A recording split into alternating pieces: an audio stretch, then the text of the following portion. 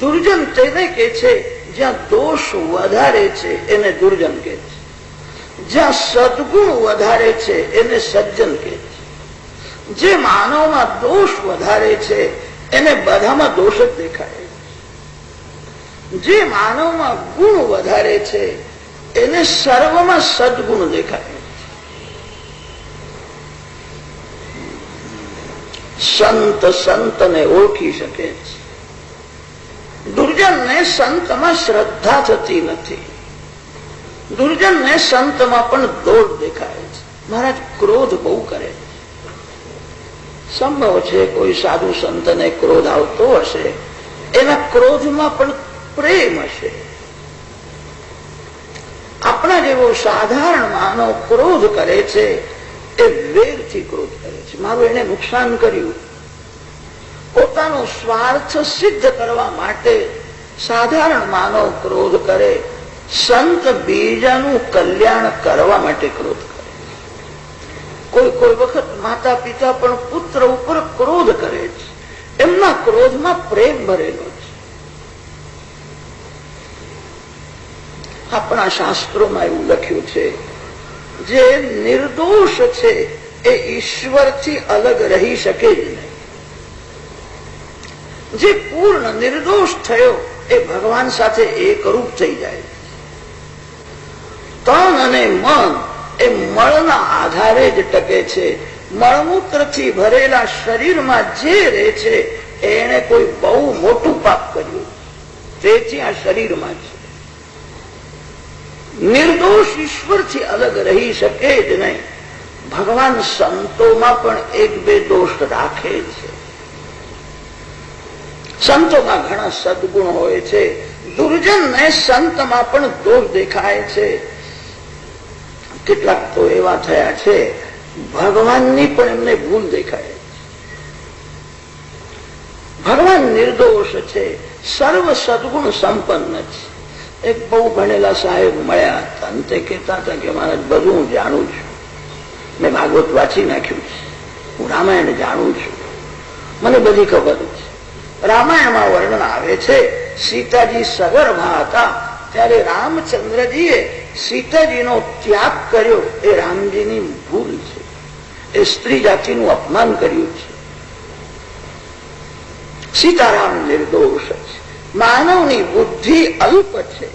માનવ પોતાની બુદ્ધિ પ્રમાણે ભગવાનની લીલાનો વિચાર કરે છે. ભગવાનનું સ્વરૂપ સમજવું કઠણ છે. ભગવાનની લીલાનું રહસ્ય સમજવું પણ કઠણ. માનવની બુદ્ધિ ક્ષુદ્ર છે, અલ્પ બુદ્ધિ છે અને પોતાની અલ્પ બુદ્ધિથી વિચાર કરે છે. માનવના બુદ્ધિમાં જે દોષ છે એનો આરોપે ભગવાનમાં કરે છે. શ્રી સીતારામ નિર્દોષ છે, સર્વ સદગુણ સંપન્ન છે. રામાયણમાં સીતાજીએ કોઈ ઠેકાણે એવું કહ્યું નથી કે રામજીની આ ભૂલ છે. સીતાજી તો એવું અનેક વાર બોલ્યા છે, પ્રભુનો મારા ઉપર અતિશય પ્રેમ છે, મારા રામ નિર્દોષ છે. રામજી જે કર્યું છે તે યોગ્ય છે. મારા રામ રાજાધિરાજ છે. રાજાની ગાદી કોઈ રાણીને રાજી કરવા માટે છે? રાજાની ગાદી તો પ્રજાને પ્રસન્ન કરવા માટે. રામચંદ્રજીએ સ્ત્રી ધર્મને ગૌણ કર્યો અને રાજ ધર્મને મહત્વ આપ્યું. પ્રજાએ મને રાજા બનાવ્યો છે. રામ રાજ્ય પ્રજાતંત્ર રાજ્ય છે. પ્રજાને સુખી કરવા માટે મને લોકોએ રાજા બનાવ્યો છે. પ્રજાને સુખી કરવા માટે હું દુઃખ સહન કરીશ.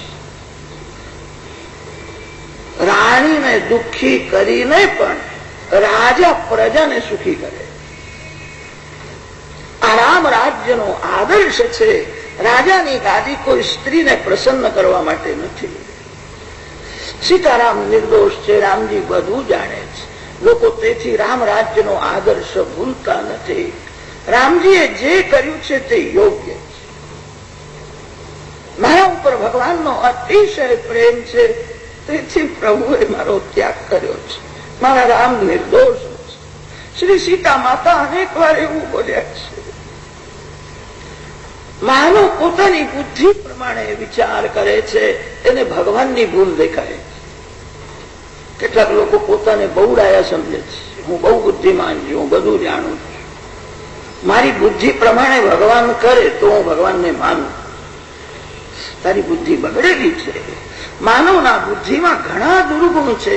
માનવને પોતાના દોષ ગુણ જેવા લાગે છે. ભગવાન ખોટું કરતા જ નથી. જેને દોષ જોવાની કુટેવ પડી છે એની ઉન્નતિ થતી નથી. બીજાના ગુણ જુઓ અને તમારા દોષનું સ્મરણ રાખો, તમારું કલ્યાણ થશે. માનવને એવી આદત છે, પોતાના સદગુણને યાદ કરે છે અને બીજાના દોષનો વિચાર કરે. બીજાના ગુણનો વિચાર કરો, તમારા દોષનું સ્મરણ રાખો, તમે સંત થશો. સંત સંતને ઓળખી શકે છે. સંતના ઘેર સંત આવે છે. તમારા ઘેર સંત આવે એવી ઈચ્છા હોય તો તમે સંત બનો. સંત થવું હોય તો ઘર છોડવું જ પડે છે એવું નથી. ઘરમાં રહીને પણ માનવ સંત થઈ શકે. મીરાબાઈ રાજમહેલમાં રહેતા હતા. મોટા મોટા સંન્યાસી, મહાત્માઓ, સાધુઓ મીરાબાઈના દર્શન કરવા માટે, સત્સંગ કરવા માટે ત્યાં જતા. ઘર છોડવું જ પડે છે એવું નથી. કેટલાક લોકો એવા થયા છે, એક ઘર છોડે છે, એક ઘરની મમતા છોડીને બીજા ઘરમાં ફસાય છે. પ્રભુએ જે ઘર આપ્યું છે છોડવાની શી જરૂર છે? ઘર પરમાત્માએ આપ્યું છે. પ્રભુએ આપેલું ઘર છોડે અને બીજું ઘર ઉભું કરે, બીજા ઘરમાં મમતા કરે, એનું કલ્યાણ કેવી રીતે થાય? ઘર છોડવું જ પડે છે એવું નથી. માનવ ઘરમાં રહીને પણ સાધુ થઈ શકે. પરમાત્માના માટે કપડા બદલવા પડે છે. કપડા બદલવાની જરૂર નથી. કપડા ભગવા કરે એટલે સંત થઈ જાય છે. સફેદ કપડામાં પણ માનવ સંત થઈ શકે. સંત થવા માટે કાળજું બદલવાની જરૂર છે. સંત થવું હોય મનને હાચવજો. સંસારી તેને કે છે જે તનને અને ધનને હાચવે છે. આજકાલ બહુ ઘણા લોકો ચપ્પલ બહુ હાચવે છે. એક તુચ્છ વસ્તુની કાળજી રાખે છે, મનને હાચવતા નથી. મારું મન ક્યાં જાય છે, મારા મનમાં કેવા વિચારો આવે છે. માનવ તનથી વધારે પાપ કરતો નથી, માનવ મનથી વધારે પાપ. જે મનને હાચવે છે એ મહાન બને છે. તન અને ધનને હાચવે એ સંસારી છે. જે મનને હાચવે છે એ સંત છે. મનને સમજાવો, એક દિવસ મરવું જ પડશે. આવા ખરાબ વિચાર શા માટે કરે? પાપ કરીને કોને શાંતિ મળી છે? મરણનું સ્મરણ રાખજો. મરવું જ પડશે. મર્યા વિના છૂટકો નથી.